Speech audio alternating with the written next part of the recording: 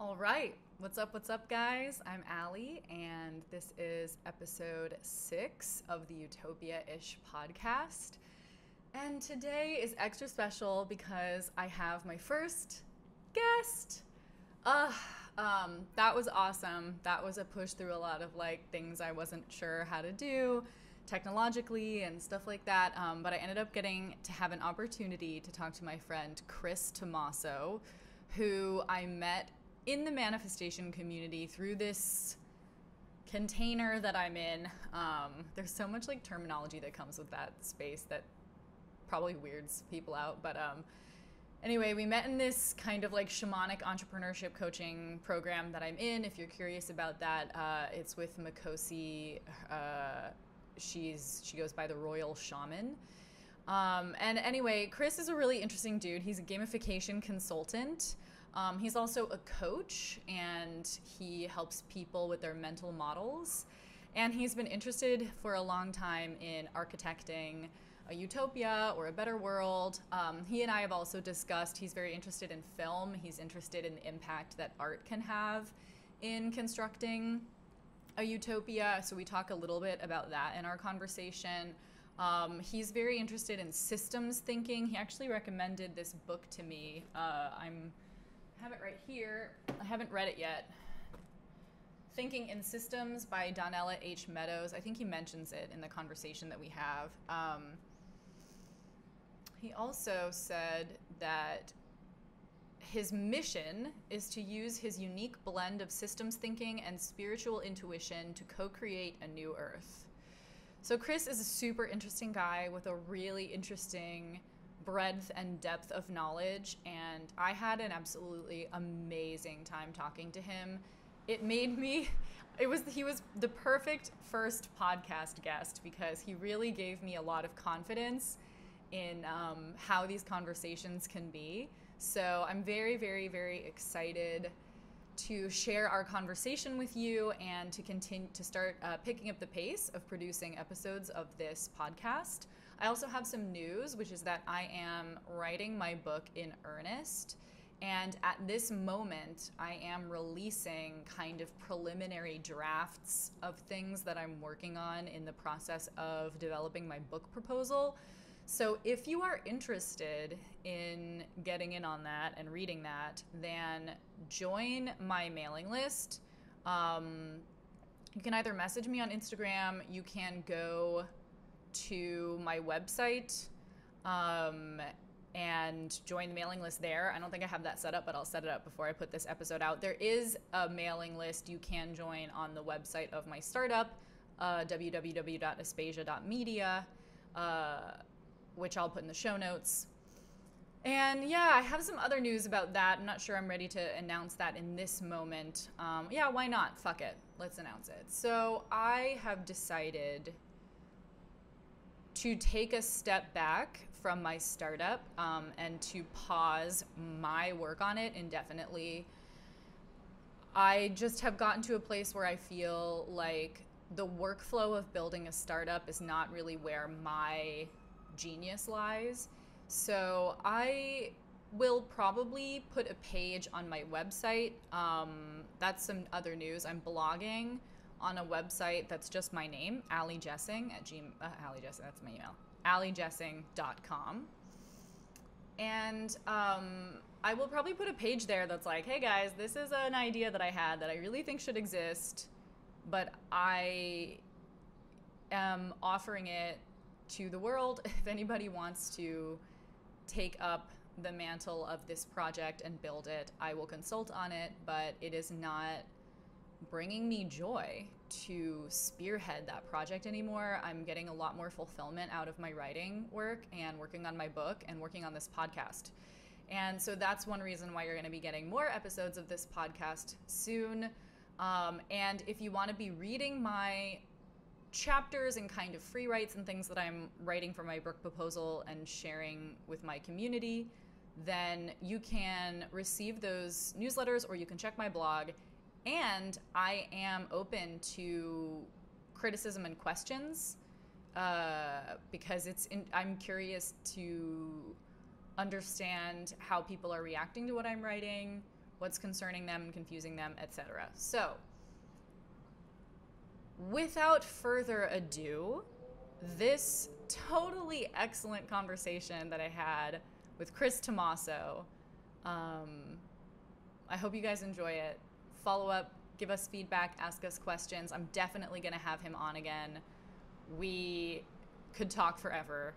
So, enjoy. Hello. Hello. Hello. Holy fuck, my first guest. Yes. So good Very to excited. see you. Yeah.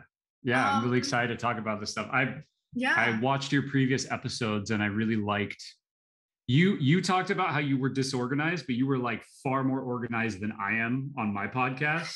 Like you have like notes and you're like, you know, I have point number 1 with 3 supporting points and like it's all in very logical sequence, and that's awesome. Yeah, but you also have another person who's with you on your podcast, right?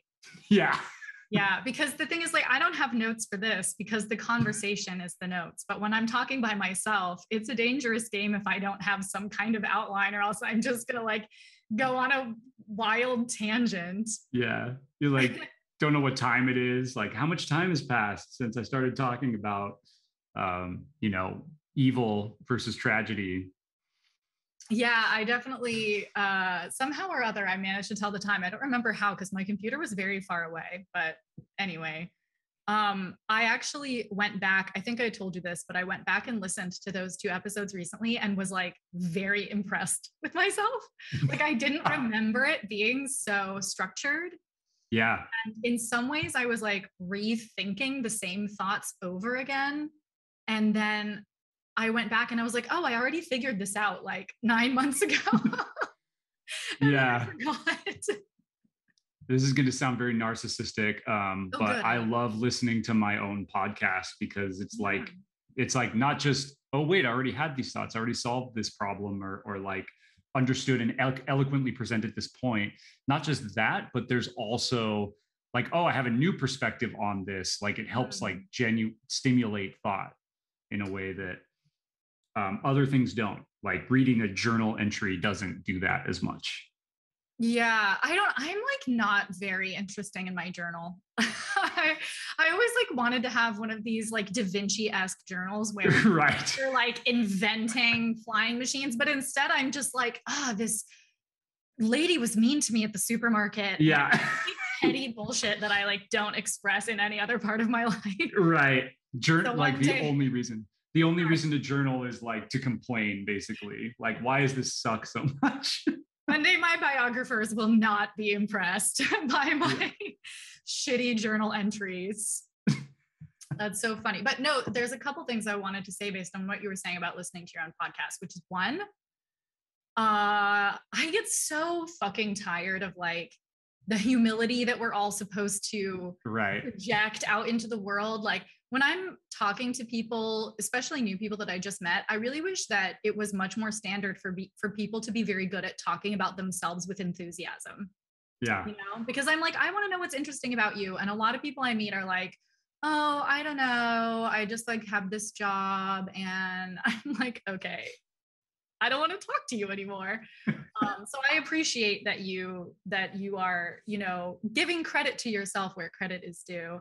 But also I resonate with that. Like it's been some months since my last podcast episode. And so I went back to listen and I took notes on my own podcast to be like, oh, this is what else I want to say about this. So I had the same experience. How much did you leave off of your previous podcast? Like how much more is there to say on all of the topics that you were talking about? Oh, I mean, I don't know if it's,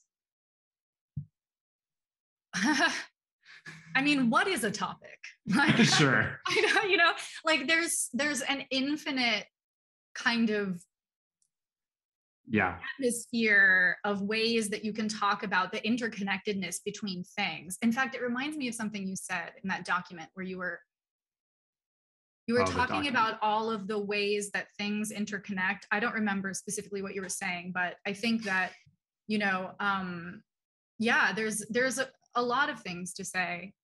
And that's why we have to structure it so much. Right. Yeah.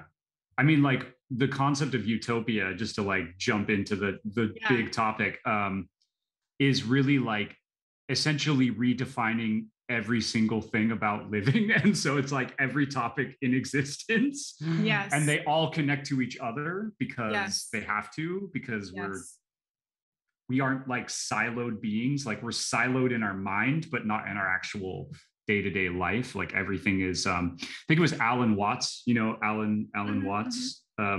He was talking about the world is fundamentally. Who he is, just for anybody who doesn't know? Say what? Can you just give a quick explanation of who he is? Oh man, I'm going to need to give explanations of things. So Alan Watts, I believe. Google it, people. Google it. I think he was a philosopher who was mostly working in like the 60s and 70s. Okay.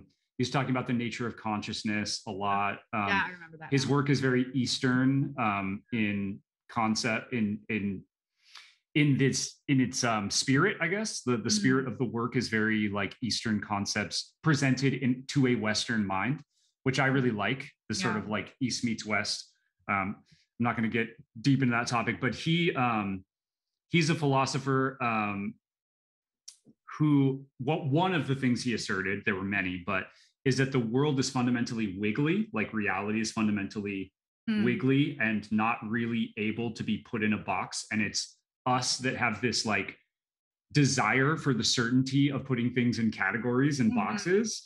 And then we think we identify more with the way that we see the world rather than the way the world is. And this is the first of many air quotes that I'm gonna have, because this goes back to your subjective versus objective delineation.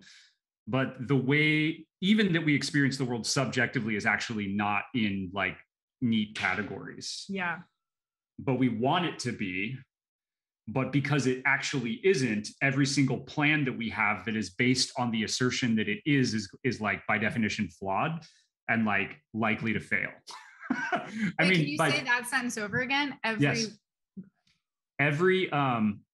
Every assertion or plan that we make that's based on the fundamental belief that the world is actually in the neat categories that we have in our brain is, I guess, likely to fail or at least to turn out differently than we think. Right. Which really reminds me of an article I read about the nature of science the other day, where effectively the point of it was just that science is basically just the practice of like figuring out the most likely explanation for things we're able to like gather at this time, and is always subject to change. And I'm a really big advocate of like, I think one of the assumptions we really need to start working on people's level of certainty around is, I think a lot of people have this very mythological concept of like the power of science.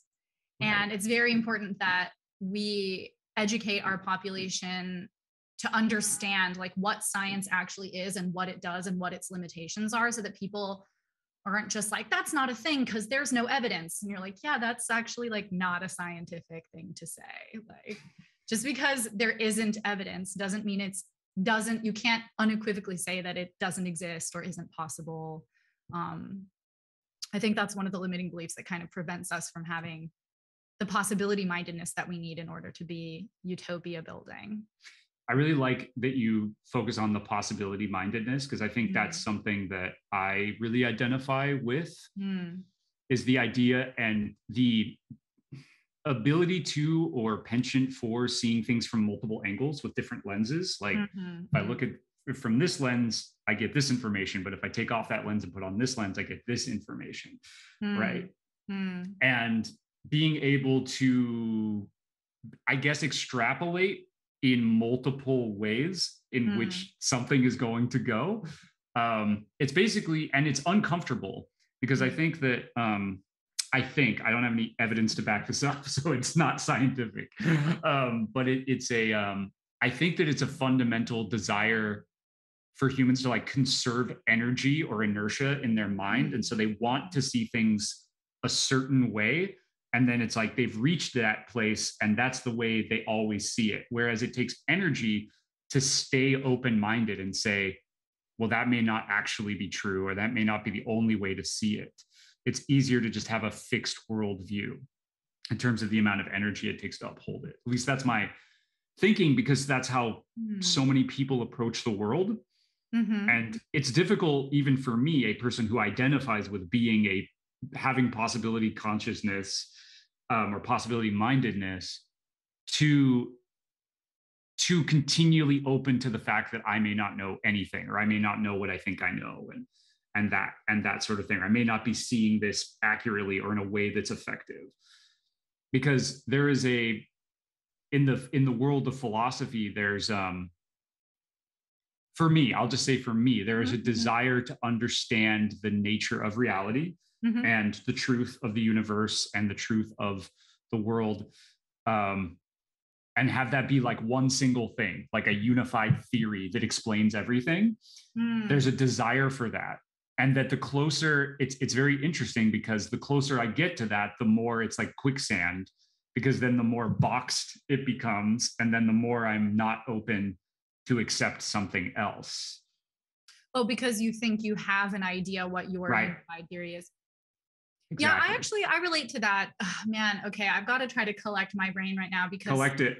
I went, and so many, what you said inspired me to think so many things. Yeah. But one thing that's coming up for me that I think is really interesting is this duality of complexity and simplicity that we're exploring here. So, you know, what was interesting is one of the things you were saying earlier about Alan Watts, it reminded me of the tattoo that I have on my head. So I have a tattoo that's like all over my scalp. Oh, wow.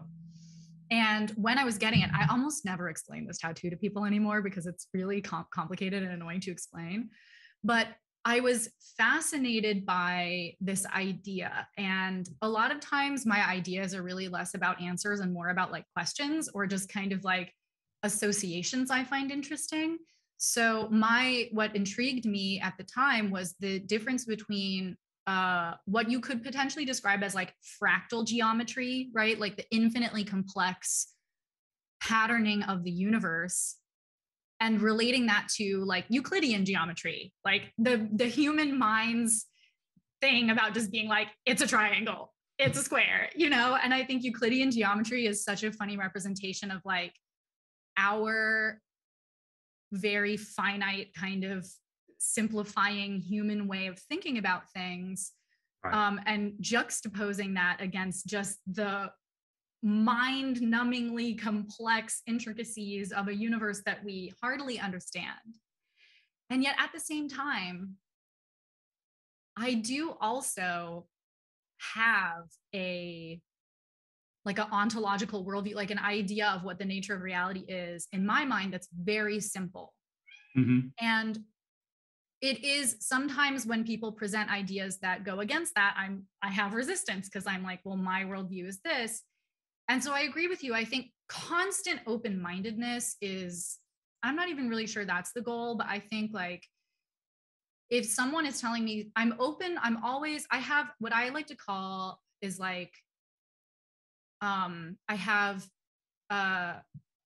what I think is most likely the case. That's kind of how I describe like my beliefs. And then if someone comes along and like gives me a compelling enough argument for an alternative perspective, I'm totally open to that. So that's one of the things that came up for me. There was something else that you said though that my brain just went to, and now I'm like, fuck, this conversation is already fractaling out. I know. It always happens. It always happens. But I'm also happy to like pull it back to the linear path of it as well. But I just want to draw the line to something else you were saying, which was human beings. Oh, the inertia thing. Yeah. Okay, this is the whole piece. This is everything.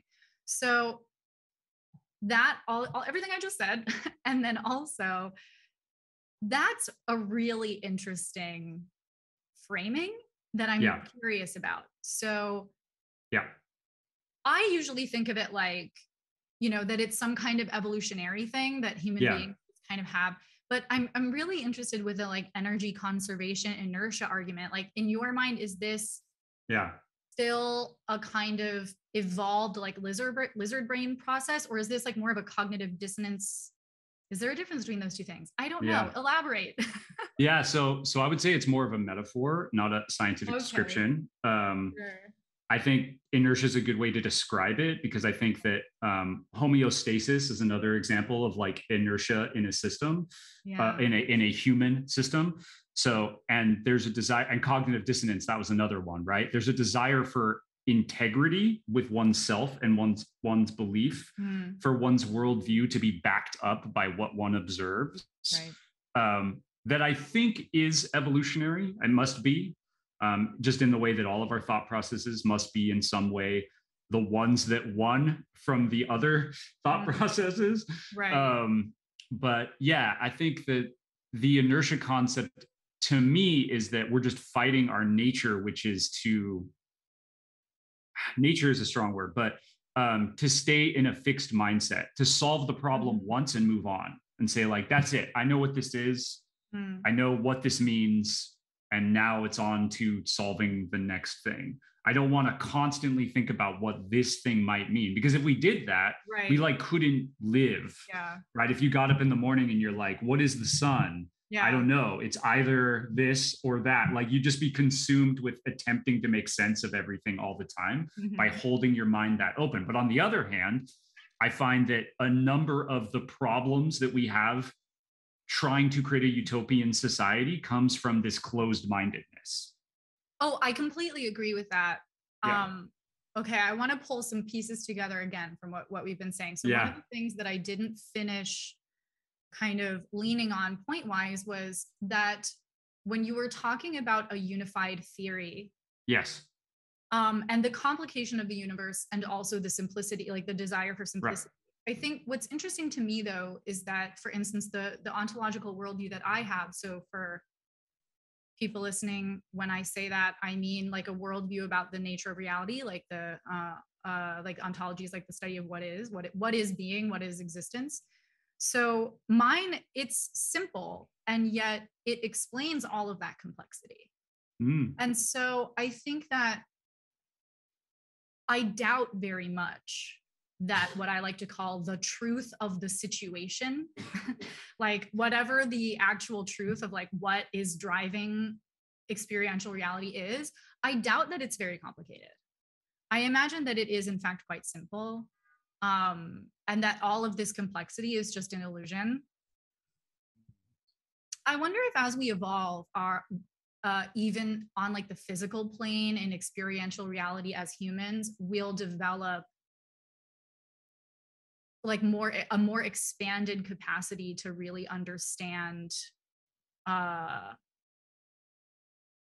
observable reality, right? Like, will we be able to experience other dimensions? I think we will. Yeah. I mean, I think so. I mean, not to get too far off tangent, but I think there are. Okay, we're a fractal of tangents. I don't care. We're an order of magnitude off tangent. I think that, you know, as you were saying in previous episodes about measurement being subjective and measuring tools, even though they develop, we develop new tools, we're still like observing it from our being. So it's like, it's inherently subjective, but I think that we will have other measurement tools. We do have them, we just don't trust them yet. There's a lot of not trust. So when I say we do have them, I mean, you know, people talk about all the time being able to feel things or see things that aren't there, and these kinds of things, right? And I believe there are like David Hawkins, who wrote a book called Power versus Force.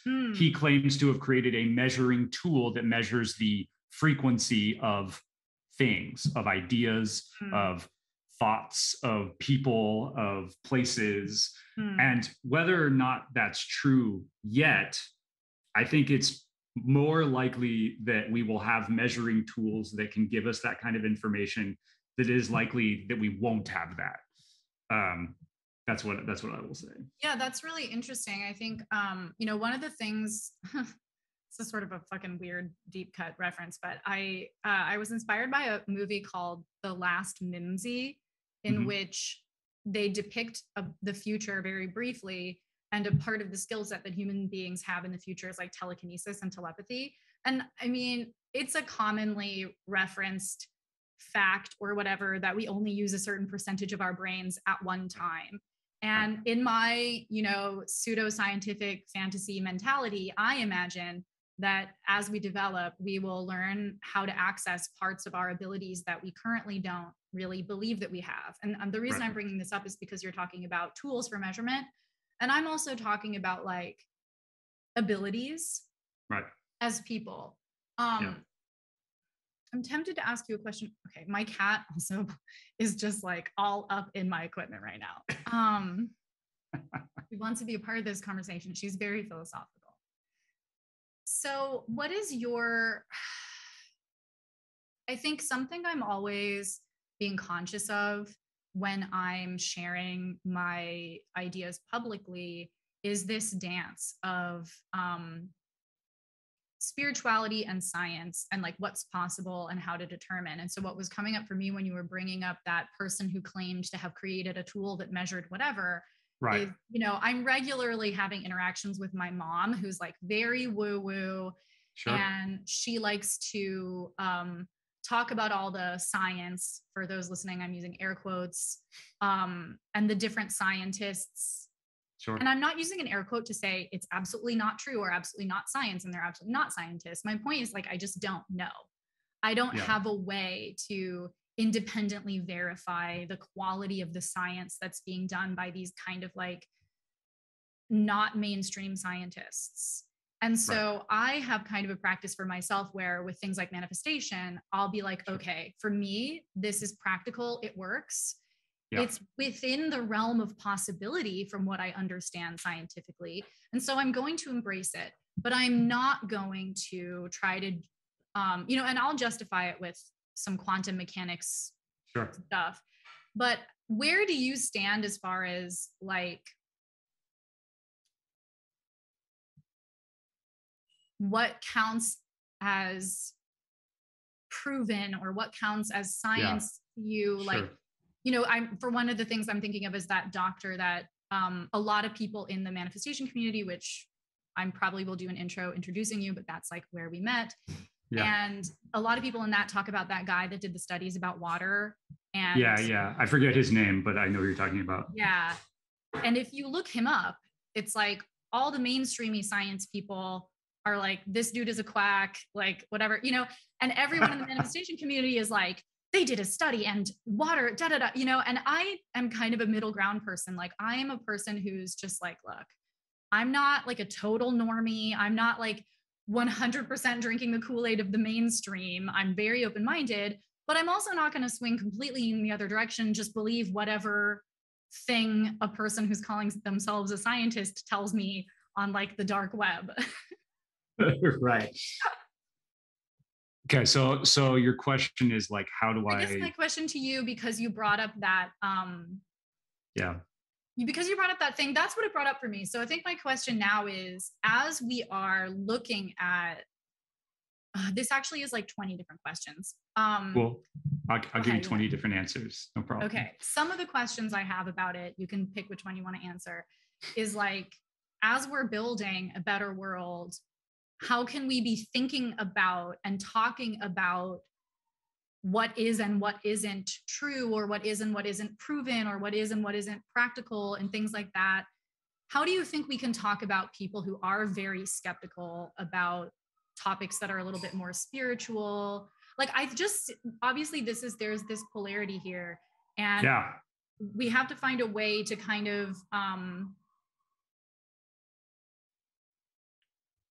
have a worldview where we can integrate these two different perspectives. This is like such a great conversation. I actually wrote a story that is about the metaphor of this, about what happens in a world of intuition and magic.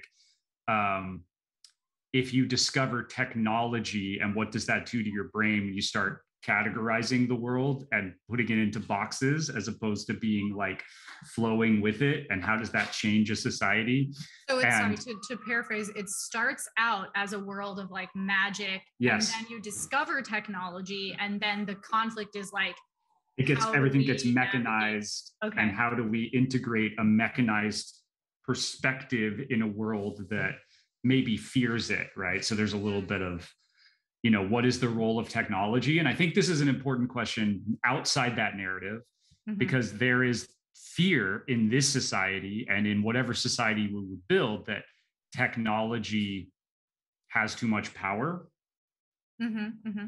Right. And it has the ability, like algorithms, the ability to manipulate our brains and whatnot. And my day job is a gamification consultant, which is the main thing it's concerned is with behavioral science, i.e., how do you get people to do things? Right.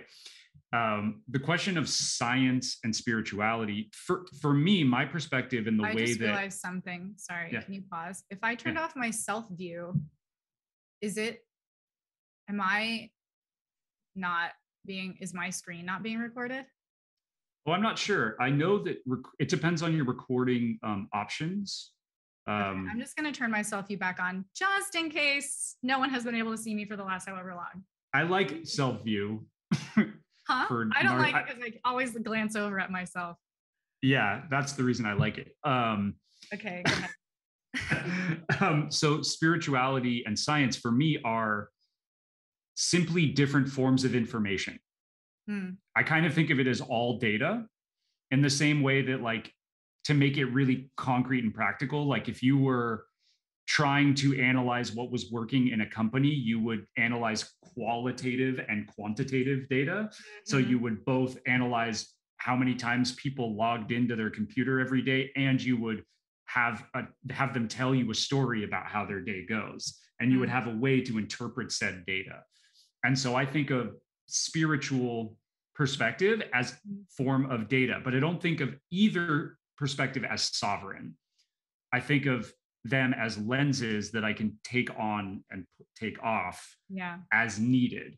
And so the integration comes with not judging the data of either perspective, and then allowing whichever data is most relevant for the purposes of the problem you're trying to solve. And so the problem we're trying to solve is how to make a better, society. And part of that is intensely personal. It's based on the things you're talking about, fulfillment. Right. And fulfillment to me necessarily has some kind of spiritual dimension.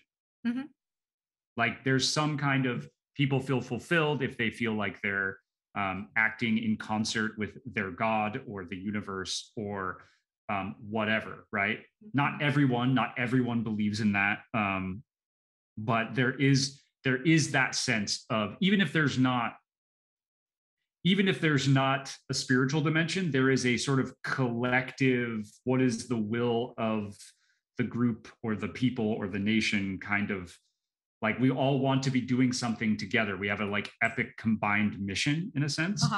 And I just think that is really important information, because if you build, and I get into this with gamification too, people come to us looking for the quantitative approach. Like, what is the behavioral science studies that will prove that our conversion rates are going to increase, right? Is what they're looking for. And yet what we bring to it is, but what is the empathetic dimension that is like connecting to what does the person want and need, and how does this fulfill them, and what is the greater perspective? Because if you don't do that, you build hollow robotic experiences. And the fear is that we will create a hollow robotic, quote, utopia, if we don't account for these other forms of data. But if we don't even consider them as forms of data, and we shut those perspectives out and say, unless it's, quote, scientific or verifiably true, then we're not even going to consider it, then we vastly limit the potential solutions. Interesting. Can you hear that drill? Yes, but not over my own talking. Okay, good. It's very distracting, but I think I'm going to manage it. Yeah. So, God, it's interesting. I have questions that are very nebulous about what you just said. I think it's really interesting. First of all, you made me realize I never really clocked that, you listened to my previous episodes, and so you know that I'm arguing for effectively a society in which the currency, the the shared aim that we discussed is So is it really distracting? Because I might. It was a little bit distracting. I would probably say that. I say what you said again. I'm wondering if I should get headphones. Okay, because I don't know how long that's going to go on for. So I've been arguing that changing the values of our society is basically the main thing that is the difference between what we have now and what we're looking to have. And you were just saying that, like a shared kind of mission that we have globally. And I never really paid attention to the fact that the new currency, I'm using air quotes because it's not a currency, in my vision of utopia is this idea that like what drives every decision is this benefiting humanity? Is this benefiting the planet? And I never really thought before about the fact that you can't quantify that. You can't like measure that with numbers. Whereas the economy that we currently have is all about like the numbers. What's the profit? What's the profitability? So that's something that I noticed while you were speaking. And then the question that I had about what you were saying was,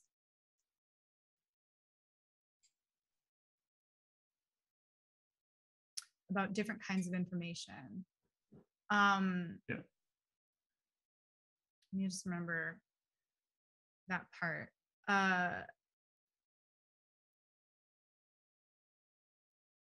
Right. So again, it always comes back to possibility mindedness for me. So, really educating a population and understanding how to appreciate things that aren't quantifiable, and like where. I thought it was interesting that you were like where to apply the information based on the context, like which type of information is most appropriate to solve this problem. And I wanted to add to that actually. So one of my favorite political leaders is Andrew Yang. And he talks about how GDP is a horrible type of measurement for a society, gross domestic product. He talks about how when it was invented in like the 1930s or 40s to stimulate the economy during wartime, the people who invented it were like, this is a terrible way to measure a society. It's just the total output of capital, not the distribution of capital, not how anything else, right? And he says that one of the things he would do if he was in a leadership position is he would basically create a new scoreboard for different types of what's important to society. So like health and wellness by various different measurements and access to medical care and, like basically the things that we actually value, not the things we've been trained to value by capitalism, the things that people in a vacuum would value. And I think that that's such a smart idea because it goes back to, somebody said this, I don't remember who it was, what you measure gets managed. Yeah, what you measure gets managed. God, see, the problem is every time you talk, I end up with like 70 questions. Okay, so I wish I had gotten myself a little notebook so I could write down my questions as you're speaking, but that's okay. So I do feel like one thing I do want to attach to this and get into, because we're talking about, I remember now that one of the things you said that struck me was when you're talking about building a like a utopia that's very, what was the word you used? Mechanistic or robotic. Don't you feel like that, like we're kind of in that right now? Like I feel like I feel like that's already. I was laughing because I was basically describing the present. That's the world we're living in, where everybody has been trained to value these super bizarre, like mechanistic, numerical things. And I really appreciated that you pointed out that it's like, that's such a great anecdote that you shared about Andrew Yang and this idea of the GDP, because there are so many arbitrary things by which we've learned to measure our society and the value of things. Like I remember I was having a conversation with my dad. I might have mentioned this in a previous episode, but I was talking to him about the concept that everybody's role in society is equally important. Yeah. And one of the things that he said is he was like, well, a doctor is definitely more important and valuable than a janitor because it requires more school. Right. But why? And I was then just your like, question what was, a weird, arbitrary thing for you to have been trained to believe. Right. And I have a whole fucking idea about why that is. But so I think my question to you then is, because you're a systems and a gamification person, and when I was looking into some of your writing earlier today, like what role, if we're avoiding a mechanistic utopia of the future where everything's quantifiable, then what does systems look like? I will cop to the fact that I don't really even understand what the word systems means. Yeah. So in your view, like what role does systems play in this utopia building thing exercise? Yeah. I love that you're asking this question. So why systems thinking and why systems lens is so important is that, so a system is simply I won't say closed, but let's say it's a group of elements that have a dynamic relationship that's behavior is based on its structure. That's maybe a group of elements that have a dynamic relationship. Yeah. Where that group's behavior is based on its structure. Yes. And what could some of the elements be, like, for example? Yeah. So your human body is a system comprised of organs and veins. And so the elements are, the different parts of your system. And then the way the structure of it is to keep you alive and breathing. Right. And so it's created, your heart is created so that it can pump blood and the blood goes through your body in a certain way. And if it didn't do that, then you wouldn't exist. So that's one way. But a school is also a system, right? So a system is, in a way, it's essentially an arbitrary box you put around a fairly stable set of elements that all interrelate. So you could say a school and the surrounding sidewalk is a system, but it would be less useful than saying just the school is a system. So the school is a system of teachers who are teaching students who are there to get grades, and the grades cost money. So there's rules in a system. There's things that govern the way the system behaves. When we talk about structure is based on physical structure. So there's like a physical place where the school exists, or online now these days. There are players sort of in the system, people or elements in the system that all have different wants and needs. Okay. And there are rules that govern the way the system operates. And so a game is another system. The reason why system thinking, hopefully I haven't butchered my description of it, but the reason why I love systems thinking is that it predicts outcomes better than a linear lens. Okay, can you hold that up for just 1 second? Because I'm gonna grab my notebook. And then, so can you explain what the different, like what would a linear way of thinking be? Yeah, so a linear way, we'll go back to GDP in society. A linear way is to say the GDP is a linear system where the money always goes up and there's nothing else that happens. But a systems lens is saying, okay, well, but there's people producing the money. There's people who are working to extract resources to feed, systems within systems, to feed organizations that then capitalize on their labor. And the capitalization of labor drives the GDP upwards. But if you have the systems view, you're likely to think, yeah, but if they exploit the workers too much, then the system will collapse. Or if money ceases to have value, then the economic system will collapse. People will stop working. If resources run out for the workers to mine, for the factory to then exploit and build capital off of, then the whole system breaks down. And so systems thinking is a way of determining why nonlinear outcomes happen. Okay, basically. So then I'm just going to ask you a bunch of questions about systems. Yeah. So is it always that the system works as long as it doesn't collapse, or can it be that the system that we're measuring also components of the system, like the happiness of the workers, even if the GDP is going up and the system doesn't collapse, if the workers aren't happy, is that a part of the way we can measure the system? Of course, yeah. So systems don't either just exponentially increase or collapse. They can often be be in a stasis because too many actors want different things. What I'm speaking from is a book called Thinking in Systems by Donella Meadows, and I highly recommend anyone to read it because it gives a lot of clarity on why certain outcomes keep happening in society.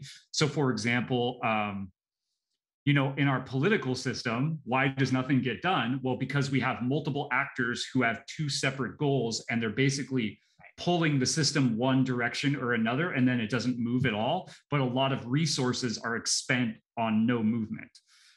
So that's, I forget what that's called. She has like a whole description of each dynamic relationship of systems and what happens. So there's like reinforcing loops, and there's balancing loops. So one way she describes it as like a thermostat is a system that has a balancing loop where it's always seeking one temperature that you put it in, you plug it in and say, it's a cold day and I want you to seek the temperature.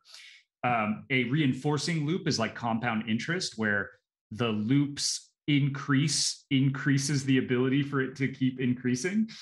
Yeah. It's interesting though, because every time you describe the measurements, it's always one metric. Yeah. Or like so far. And so, what was interesting to me, what came up for me was the concept of priorities. And I don't remember the example you were giving at the time when I thought about it, but it's sort of like, okay, if we have a system, like for instance, under capitalism, a lot of times profitability goes up along with like exploitation. Yeah. So then how do we decide within the system, like, what is the priority? I don't believe that they're always mutually exclusive. In fact, I think that a competitive system like capitalism, in that instance, the problem is the system, right? And that's what we're talking about is like, not figuring out how to fix the system, but figuring out like what the system should be. Yes. Right? Yes, exactly. So, I think part of it is because it's difficult to say in words without a diagram. So I love systems thinking always has like diagrams. Right. And you see the bigger picture of how all the pieces relate to each other. So that's one. I forget what your second question was. I don't know either. I'm already on to the next question. Solid. Okay. So and honestly, I don't even know that there was a question that you didn't answer. Great. But so this kind of ties back to a thing I was thinking about earlier, which was this idea of like, what are the boundaries of the system, right? Yeah, like, so that's arbitrary. That's based on the problem you're trying to solve. Because obviously the systems are interconnected and everything's connected, right? Exactly. The system could be infinitely large. The entire utopia is a system. Yes. And a funny anecdote about that I wanted to mention earlier was that, when I start to talk to people about utopia, they always ask me like all kinds of questions. And I've gotten really, really comfortable with being like, I don't have to know the answer to like every question of how utopia is going to function. That would be like an absolutely superhuman feat. Like I am not an expert in every field of society completely. It's a group effort. But so a question that I do have is,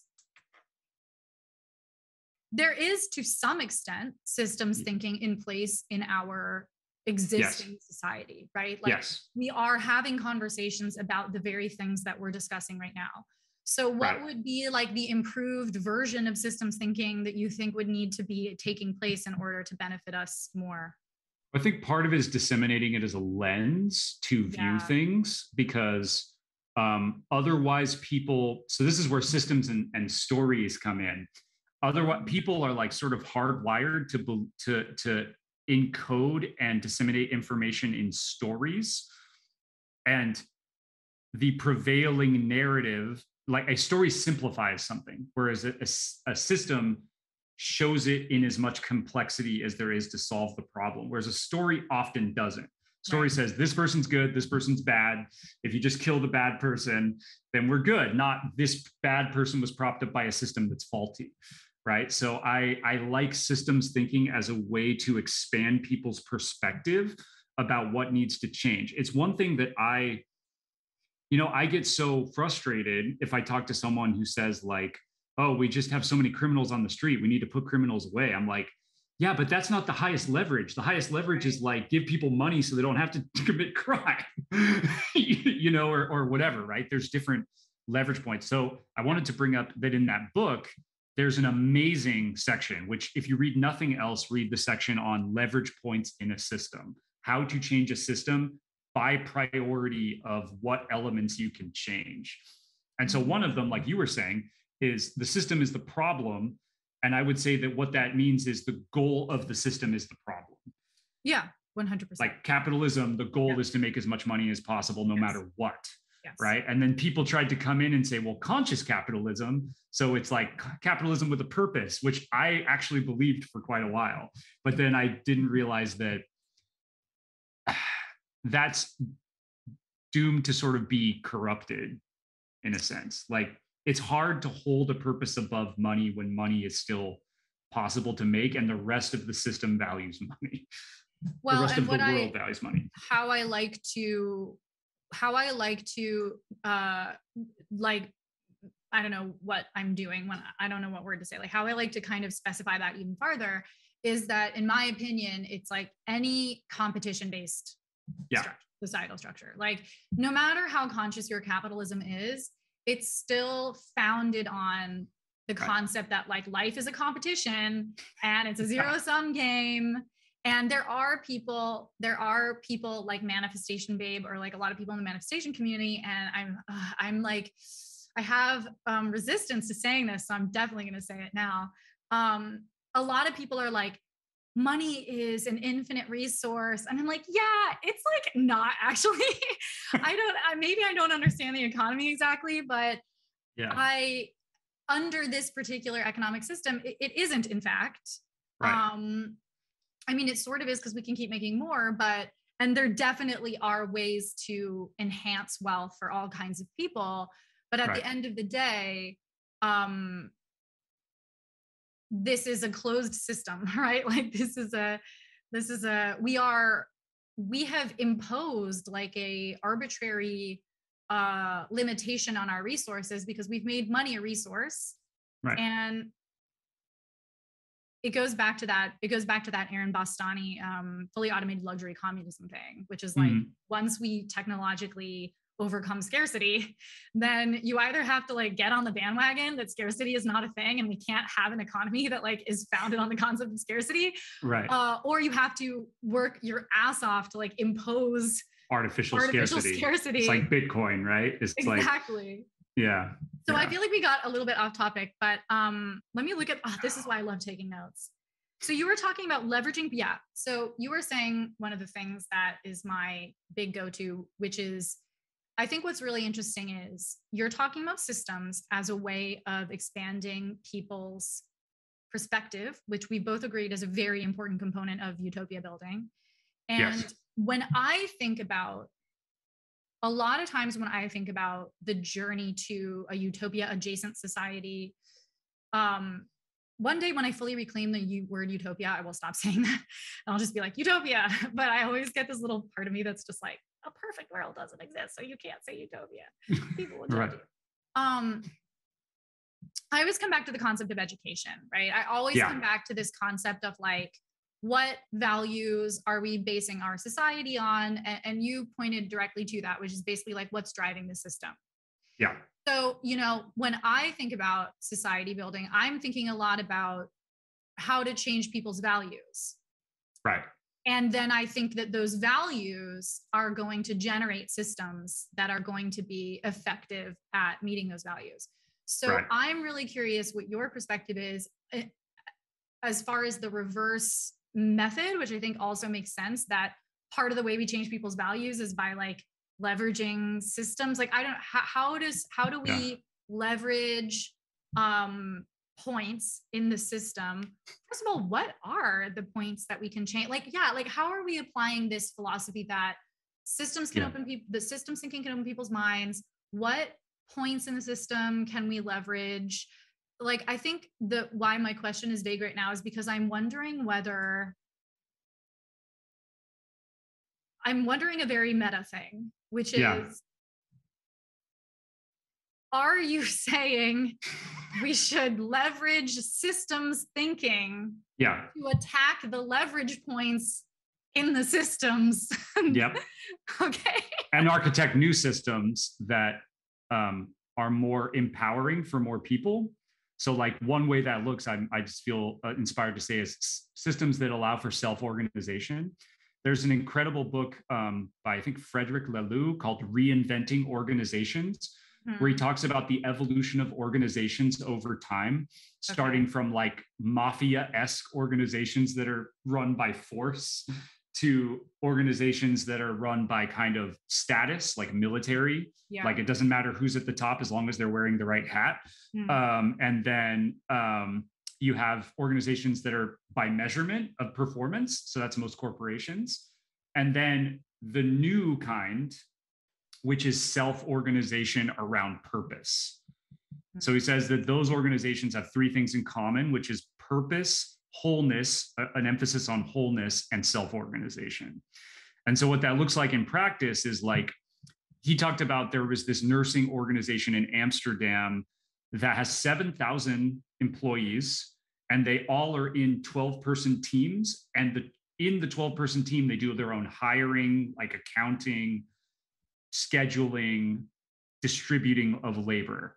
And within the teams, there's like a global kind of like support network, but there's no one up top that says, this is what we're going to do. These are the KPIs we're going to hit. And then they send it downwards. And I think that organizations like that, whether they're businesses or other, are one of the future ways in which people will start to value things differently. And if I had my way, if like I had my own business, I would do my best to create a structure that allowed for self-organization. So that's one. I see a potential path, and I want to really concretize this kind of launch pad that we're on right now as we're going down this path. This idea of the cyclical nature of systems influencing values, influencing systems, influencing values. So to clarify again, are you saying that systems thinking is one of the leverage points in the system that we're in that we can lean on in order to like that's why you're advocating for systems thinking as something that could be beneficial because it's one of the things we can change? I think of systems thinking as like a map that gives you an access to the leverage points. Okay, so otherwise you don't know it's there. I see. So we're talking about systems thinking. You're advocating for systems thinking because it allows us to assess what the leverage points are. Exactly. And you're basically advocating for democratizing the ability to assess what the leverage points are so that more people in society are conscientious of this and they're thinking about this. And okay, so then my question about what you said just then about this example of an organization, one of the things you said that struck me was that systems like this can influence. You said something like the way that people value things, what people's values are. It can influence values. Yeah. My take is that you wouldn't end up with a system like that unless you were already employing those values. And then I agree that like the people who have those values already can construct those systems, and then the existence of those systems can influence other people to have exposure to those values. Right? Exactly. Because I think that's one thing that's worth addressing is the idea of like concept exposure. Yes. So like as a non-monogamous person, I have experienced all of the questions that people have asked me throughout my life on the topic of non-monogamy ultimately boil down to like a total lack of exposure to this idea and its associated like, you know, and so again, it's the exact same thing we're talking about now, is that a huge part of generating a utopia is exposing people to the possibilities, exposing people to alternative ways of being. So that's what you're saying, the benefit of these effectively like decentralized organizations. That's what we're talking about. Yeah. And I just want to say for the record that it annoys me that tech people think they invented this. You didn't fucking not invent this. The blockchain did not invent the co-op. Yeah. Yeah. The co-op just sounds like it's less cool branding than decentralized autonomous organization. Okay, so back to the example you get. Now I feel like that now that I've clarified like the context for this trajectory. Yeah. One of the things I find compelling about the description that you just gave is that one of the big daddies that I have hints of ideas about, but like haven't sat down and really constructed is like, how will society be organized? Like, how will a global, well, I got to make a note for myself because there's another thing I want to bring in this. Okay. So how will a global society have a cooperative kind of like not necessarily, I'm not really sure what to use other than governance, but infrastructure of how it runs and accountability and things. And I do see it as sort of potentially like a series of smaller interconnected kind of like villages or like areas where you just have like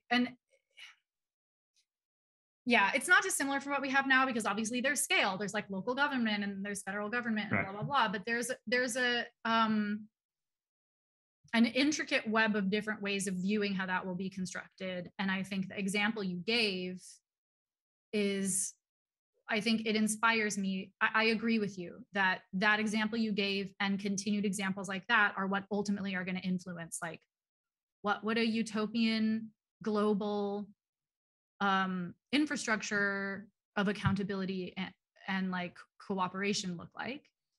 I made a joke. So I've been in Portugal for the last month or so, and I already had an inkling of what it was like to be in a European country, but now I've had the experience of it, which is very different, better, I would say, than even what I thought. And I made the joke that, one thing we could do for people who are not into paying more taxes, let's say we reform the tax system in America.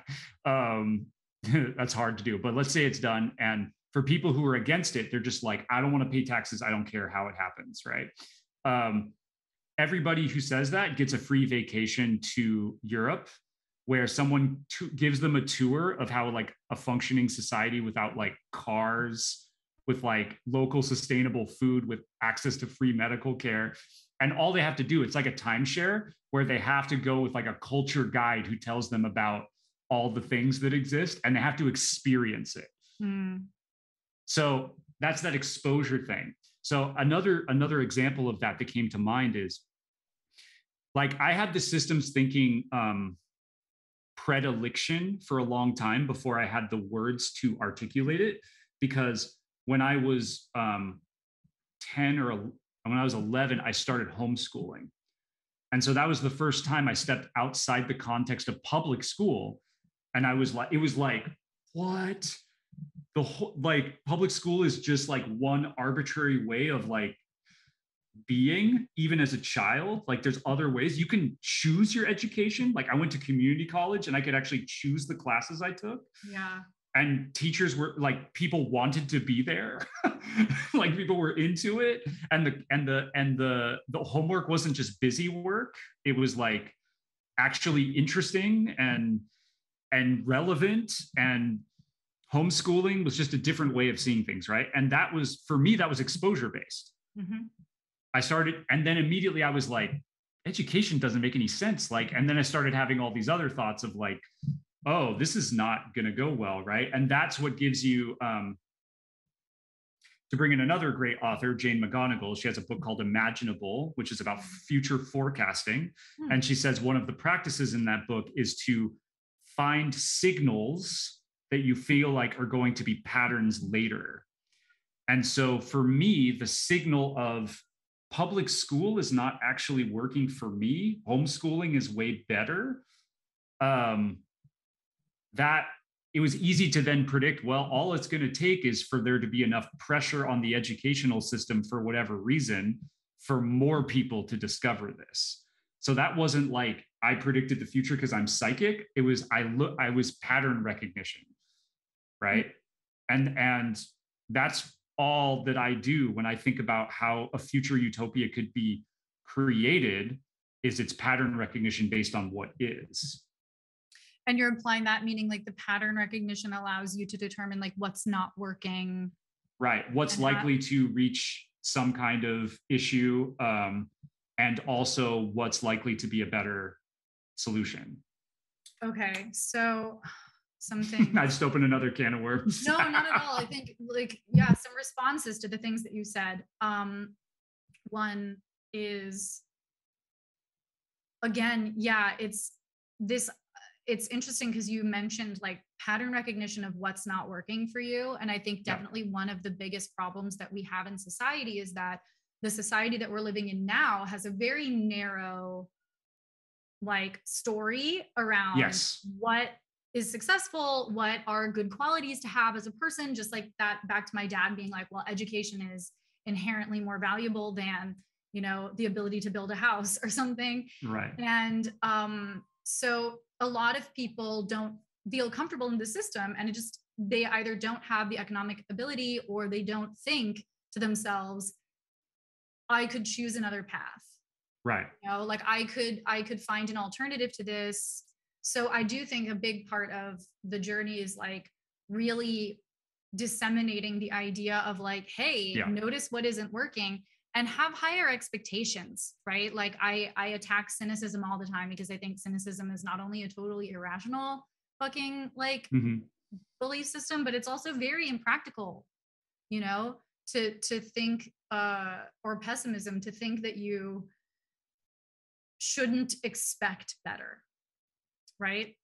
And so, sorry, you can speak to that if you want, because I've got my notes here. Well, I wanted to bring up, I feel like what succinctly brings it back to the point of inertia and not wanting to spend energy is people have a very limited story of change. What does change look like? Yeah. It's either very difficult or very dangerous or not worth doing because of their cynicism. There's not realistic, not for enough people, there are not realistic stories for what change could look like for them. Yeah. And therefore, the only thing that will cause them to change, which saddens me, is enough suffering. That's my fear, is that so this is why this work, and I'm going to call it work, is very important. It's important to disseminate ways in which reality can be before, not it's too late, but before we have we lose the leverage to do it as quickly as we want to, as easily and smoothly as we want to. And I'm speaking, the example that comes up for me is climate change. So climate change is a very obvious system for people who have systems thinking, that like these things are happening in the environment and therefore these things and therefore these things and therefore these things. With that perspective, if we don't change the way that our society is, we will be forced to change. And one of the most haunting essays, I'm trying to remember who I read it from. I can't remember the name, but he talked about ruggedization. So that's the ability to make resilient yourself and your community, and how that will become the number one currency and value in society because of the very non-linear exponential events that are going to come, that are going to make things very difficult for many people. And it's going to make organizing people even more difficult. So I really want to start organizing people around ideals when there is relative peace to do so. But that's hard to do because it's not relevant enough, because a lot of people don't have the space to do what I do. And maybe what you do is philosophize and come up with ideas, right? We have privilege to do that. And I remember not having privilege to do that. I remember having to just work, and like, it's all I could do to come home and just escape, watch TV. And so the challenge is to puncture the worldview, is to disseminate, is to make it simple, achievable enough, and to activate people en masse, and with whatever tools that we have. And that document that you were mentioning, I talk about the story of tomorrow. That is my way of beginning the project of activating people,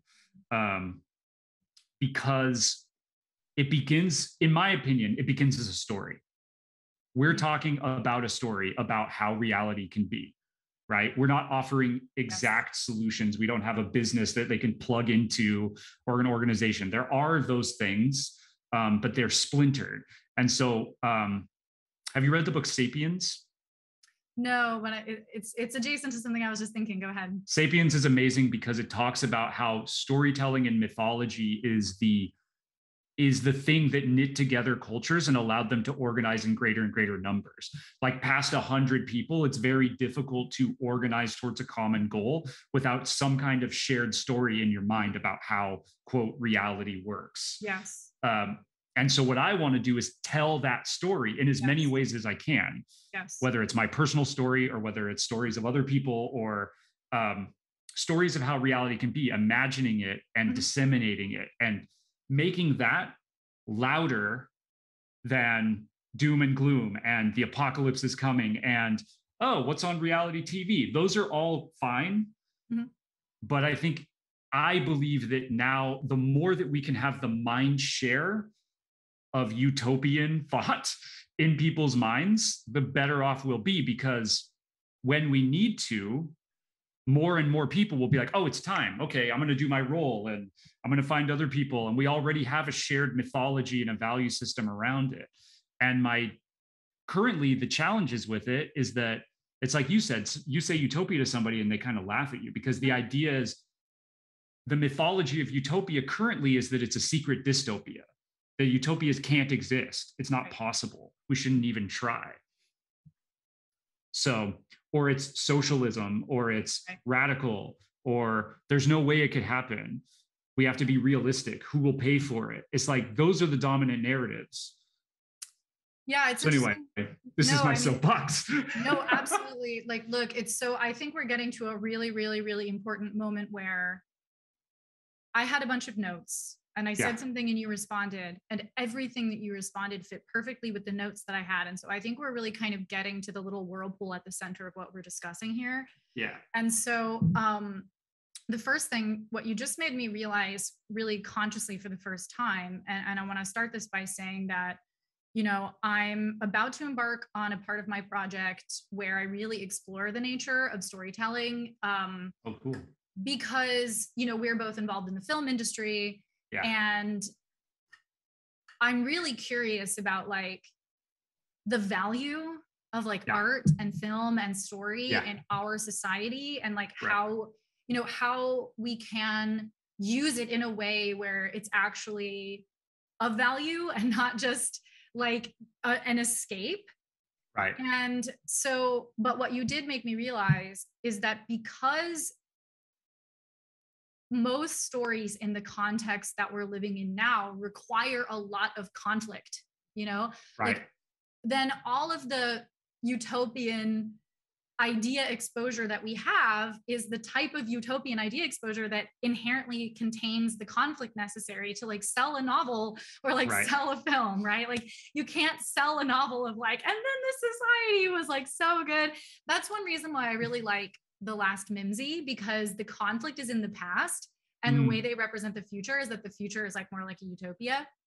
And so I've toyed around with the idea of writing some kind of like utopian children's novel or something, like just kind of a way to describe this. And I know it's one of your dreams to actualize positive change in the world and like raise the vibration of the world through meaningful filmmaking.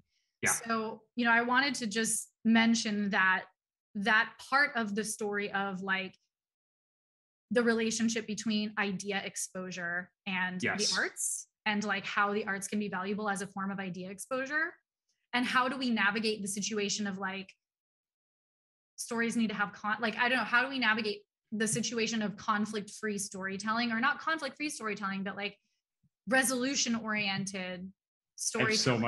I have so much to say on this. I'm so glad. Can you make some notes? Because I really also, I just watched Ted Lasso, and I think that's a good example of what I'm talking about. It's a great example. That's very utopian storytelling. It like makes you think there's going to be a conflict, because the cliche is there will be conflict, and then people are just kind and decent and listen to each other. Yes. And so there's conflict, but it's like people's inner conflict, like overcoming their own.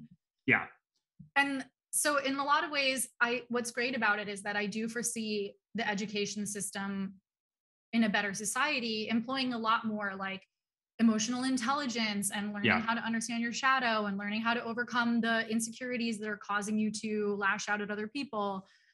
So I just want to tie these things with a couple of other things, and then I'll hand it back to you as far as like the storytelling. It's just, you mentioned Sapiens, and I'm reading through, do you know who Christopher Ryan is? He wrote Sex at Dawn and Civilized to Death. I've heard of those books, but I haven't read them. So as a non-monogamous person, I was reading Sex at Dawn, which is like it's basically what you were just saying earlier about the fact that, you know, the story that we are working from is like affecting what we believe is possible.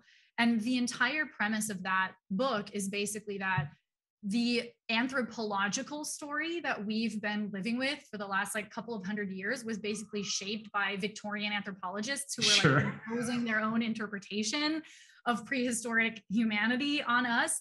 And so what I like, reading his work has been super enjoyable and valuable. And in Civilized to Death, it's funny, there are so many associations with what you were saying. So that was Sex at Dawn. It's basically about human nature, like actually how egalitarian pre-agricultural humans were. Yeah. And so it struck me when you were talking about an author earlier where you were saying, oh, the new way of organizing ourselves. Sure. And in my mind, I was kind of like, you mean the old way?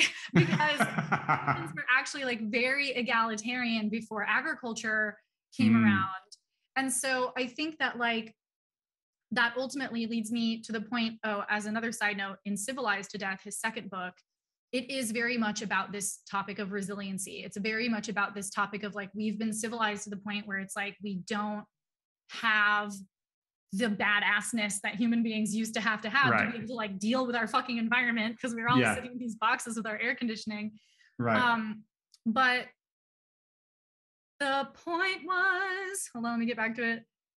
Sex at Dawn, pre-agriculture humans, the storytelling.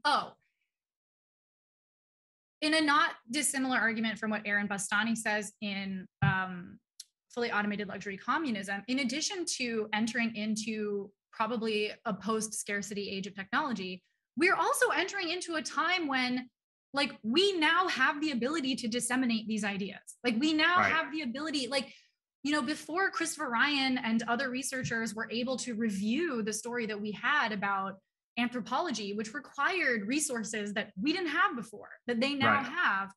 Like we are entering into a time where it's okay that until now, our story was so limited and so fucking ignorant, basically, you know, because we didn't have access to the resources that we now have to revisit our understanding of reality and to disseminate that information. And so that will ultimately circle me to my point about David Hume, who I wanted to bring up earlier, who, you know, his argument was effectively that you have no logical reason to assume that just because something has been occurring in the past, that it will continue to occur. And this is where it's really important to me that our education system includes like philosophy and skepticism and critical thinking, because like you were saying, people's relationship to the concept of change is very tenuous and strained, but we are at a totally unprecedented time in our society where, you know, all of a sudden we have access to all this information and the ability to disseminate all this information, and people are going to have to fucking change their minds. But in a meta way, I think that also that resistance to change was a part of that ignorant mindset that we've been living under for the existence of civilized society, because we just the entire time that we've been developing our society, we have not had access to this information. Now we have it. So from this moment forward, nothing about the way the past is necessarily relevant. It's informative, but we are not limited by anything that we have learned from the way our society has developed, because we're not in that fucking time anymore. Okay, now I'm off my soapbox. That was like, those were just all the pieces I wanted to collect together. Amazing. About what you were saying. Yeah, I just wanted to acknowledge you for that, so summing up all of that. And I totally agree with you. And that's one of the frustrations of being a utopian thinker in this time. You look out and you see like, whoa, we've already solved this problem, that problem. If we just put all the solved problems together and like then decided to just spread it everywhere, we would be good. Why isn't that happening? And you're like, why isn't it happening now? Like, I know what's possible. So I want to go back to the storytelling thing, because for me, stories, so this is my belief. I don't have anything to back this up, but I believe that stories are much more powerful containers of information like values, information like, I guess, morals or lessons, information like just raw emotional experience than we'll call it nonfiction methods of presenting information. Lectures, and that sort of thing. And so I think that the way this kind of information can better be disseminated, that, I mean, it's fine in any context, right? It's great to write about it. It's good to talk about it. But I think what will really move the needle is if we make art about it.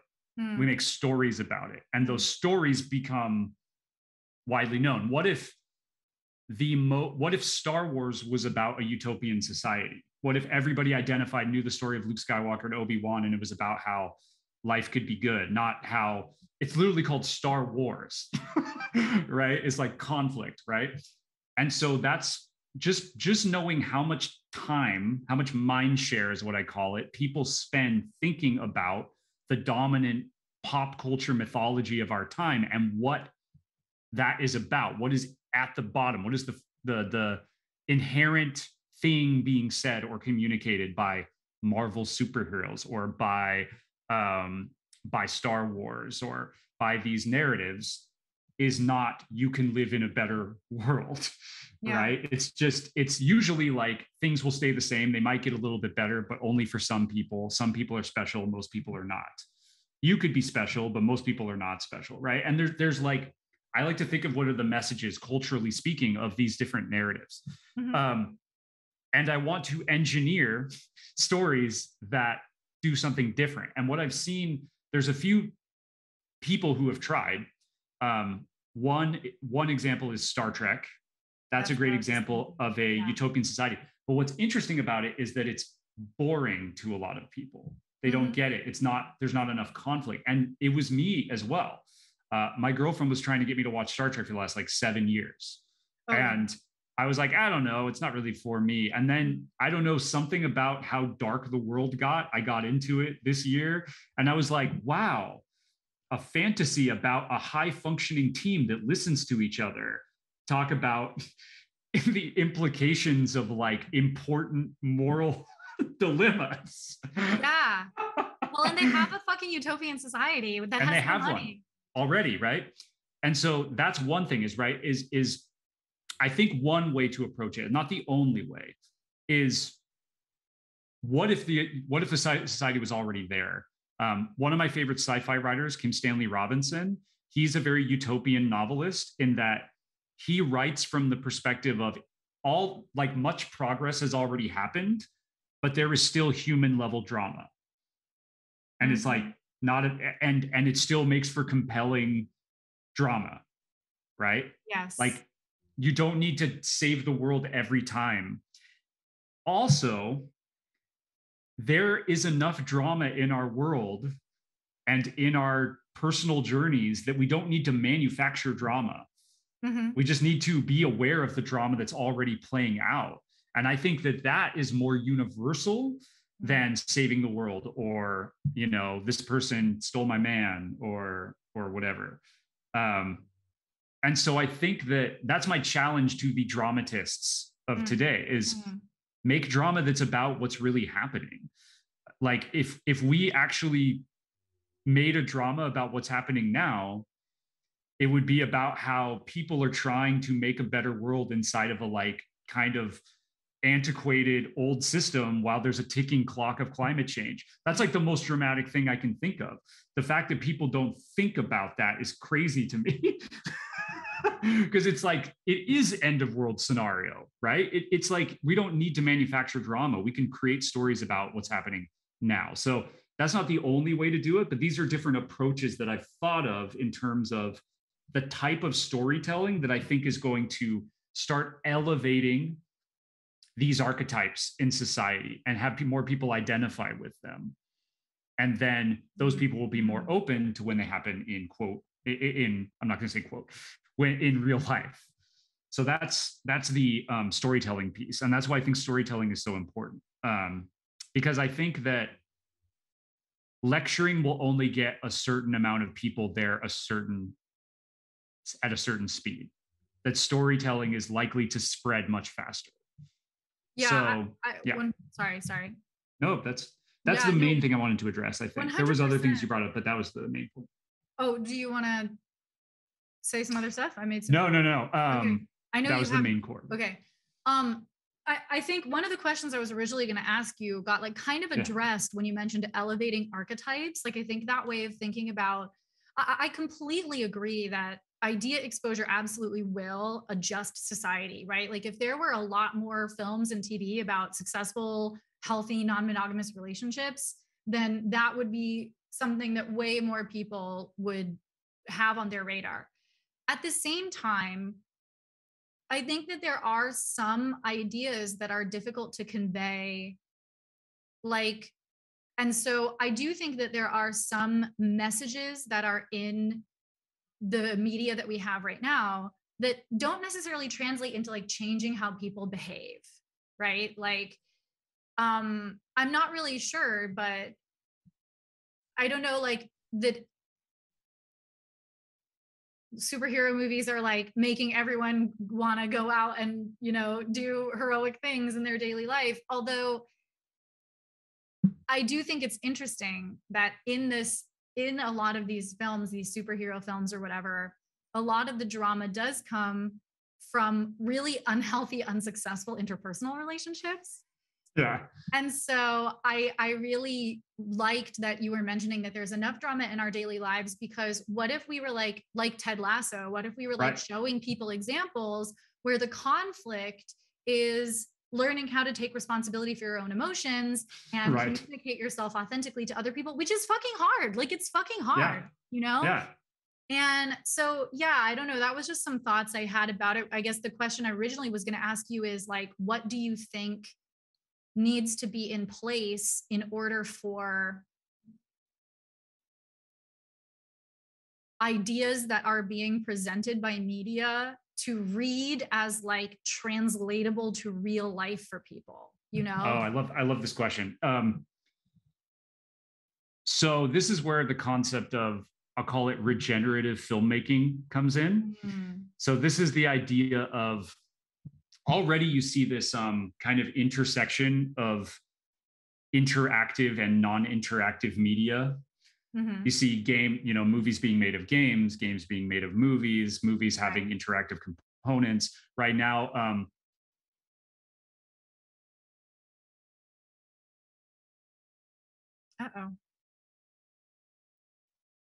you are frozen in thought. Spaghetti-o. I think you froze. Oh, I hear you. Hello. Okay. So you were frozen in this position right now. And it had to do with regenerative filmmaking. Yeah. So I wanted to bring up the concept of the mode of production. This was always very important when I learned this in film school. It's always about examining the art in the context of how it was made. And I would go the opposite direction and say that if we want to change the effectiveness of art towards this end, we change how it's made. So right now it's made in a very exploitative system. Yes. Very few people profit a lot off of the backs of many to create entertainment that is not meant to engage people towards a purpose. The only purpose is to watch more or to just shut off your brain or whatever, right? And so my I think that you can only go so far in our current mode of production in presenting these narratives and getting people to engage in them.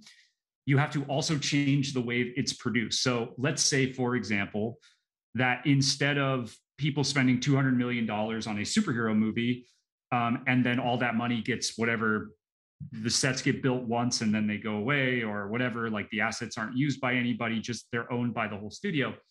Let's say that same $200 million was crowdsourced in some way, co-owned by a bunch of people. The money was funneled into creating regenerative, let's call it a neighborhood or a town. The movie was about a narrative that took place in the town. This is actually not my idea. I stole it from a friend of mine. But that all of the money was then recirculated into the system in some way. So it's regenerative, it's empowering the world, not taking from it. And so you could go a step further and say, okay, so it's a series of, or it's a movie, but the movie also has an interactive component. Let's say that interactive component is to engage in going and living in the town and learning how to garden, and, you know, and it's gamified and there's a whole system set up to do that. And like, that's the kind of thing we can make happen with our technology, but our narrative is only going to go so far without the systems to back it up, which is why I think the stories and the systems need to work in concert. Yeah, I agree with you regarding systems, because, you know, this entire concept you're describing, it reminds me a lot about my startup.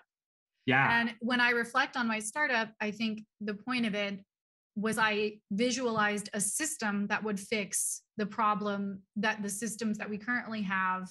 Yeah. Like that problem was not being addressed properly. Like those systems in place were not addressing that. So it's interesting. I mean, again, though, this thing kind of brings me back to this question of like, I think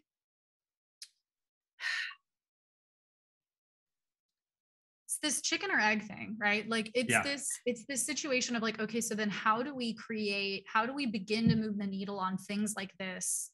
Yeah. Under capitalism, right?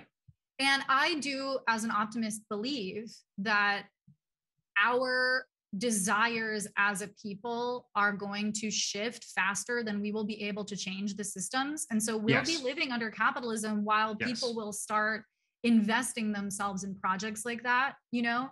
But again, it's back to the thing you were saying before about like decorporatizing, for instance, the film industry. Right. And it's just, you know, it makes my brain hurt when I think about like, how are we gonna make, you know, how are we going to take the steps, you know? And I trust that I don't have to know how it's going to happen to try, like, to circle back to what you were saying before, in my opinion, the role that I can play is to have these conversations and have them in public and put them out there, and so hope it moves people. Go ahead. So this is yes. If you like, I have had this thought of like, okay, I'm the only person who wants a utopian society. So how do I do it? I got to like change every single system. I have to find a way to like learn about agriculture and this and economics and like, yeah, like the good news is I've moved past that because I've had too many conversations with people who have a similar worldview and want to do similar things. And so I believe that this is where I get beyond what's observable. This is into theory, right? But I believe that there is a collective evolution happening in our society now. And it's happening faster and faster. And the people who need to occupy these roles to make this happen are there. But we all need each other. And so the important part, this is why I want to have these conversations, is broadcasting this. Yeah. This is happening. It's not just theory or conjecture. Like, this is happening. And if you feel called to do it, to do your part of it, know that that's good enough for now. Like, just start. Right. And I'm with you in that, like, as far as I've gotten is to talk about it, is to try to conceptualize it, is to write it down, is to talk to other people about it. And that itself is not going to do it, but it's something. And it's definitely more than like, what's the point? Absolutely. And also, again, it's that idea exposure thing, right? Like, yes. Even like social media, like I encourage every person listening to this to make a conscious effort to seek out, thinkers that inspire you and make you realize this is possible. Because what you were just saying kind of reminded me like, oh yeah, the more I expose myself to the fact that people are talking about this, the more I not only expose myself to the idea of what's possible, but I also expose myself to the idea of like what's fucking happening right now, you know? Yeah. And I tell that story in one of my episodes about my transition from being like super hyper woke to being like, yeah, nuanced thought is like really important. And when I did that, I started finding all these nuanced thought leaders. And then I was like, okay, the world is not like, it's very, I think one of the big problems with social media is that it's really easy to find yourself in a niche and then to think that that is descriptive of the entire world. So I think you really just re-inspired me to be like, oh yeah, okay, it's not hopeless. It's not just like you and I in a vacuum, there's a lot of this happening. Yeah, absolutely. And so in the document that I described, the story of tomorrow, it's really taking a almost anthropological lens to what is happening, not what I want to happen. So I don't need to get into that, but basically, I'll describe this collective evolution. If you want me to. Yeah. It's just a collective evolution that's happening on the planet, and the story happens first because the story is the not path of least resistance, but it's the thing that's most accessible to us now. We have to take time to build the systems that will reflect the story. Right. But we don't have to take that much time to describe what we see or what we believe, what we imagine, what's happening here. And now we can take it from there to over here. Right. And, pointing out examples and talking about how it could be and upholding utopian narrative and like reclaiming utopia in a sense from this like place of utopia means actually the worst of human nature, just covered up by the veneer of happiness. It means actual, like functioning, society of well-being. Yeah, and what's interesting, what came up for me when you were saying that was,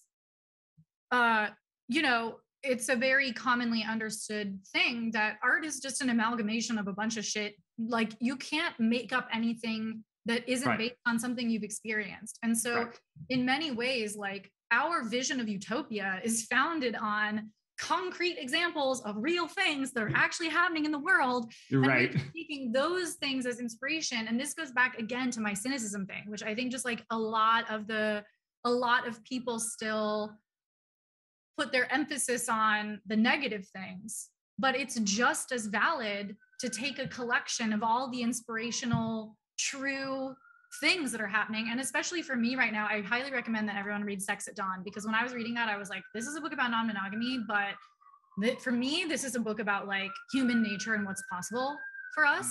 And it's just a matter of scale and a matter of adaptation to our technological reality. But short story long, that's just that it's not a fucking fantasy, right? Like a fantasy is like a dragon, which is made up of all of a bunch of things that actually fucking exist. So it's totally feasible. Yeah. I want to just pause here and say that we have 10 minutes before the next call. So I don't know how to end the episode. I'm really enjoying the conversation. Yeah, no, I was also clocking the time. Chris is coaching a call in a little bit, and I feel really satisfied with like what we've come to. Great. I feel really excited about the possibility of having a future conversation about like how to make art, like impactful art. I think that idea of storytelling is really interesting to me. But no, I feel really satisfied about the point that we've gotten to. And if there's anything else you want to say, or you want to let people know how they can follow you and contact you, feel free to do that now. Yeah. Well, so I have a podcast called Reveal the Game of Life. Revealthegameoflife.com, I think. I'm not usually the one who shouts that out, so I'm pretty sure that's the right website. Or you can follow me on Twitter at Chris_Tomasso, or Instagram at infinite.connector, which is like a fun name I like to give myself. Basically, I sometimes write about this. I probably will more now that there's more inspiration to do so. But yeah, this is important. So, you know, like do like my message is like that thing that you think you can't do because like you can't believe yet in a world that you want to live in, like start doing it, whatever the like simple steps are, whatever's in front of you. Yeah, fantasize, imagine, and then take actions. Awesome. Thank you so much for being here.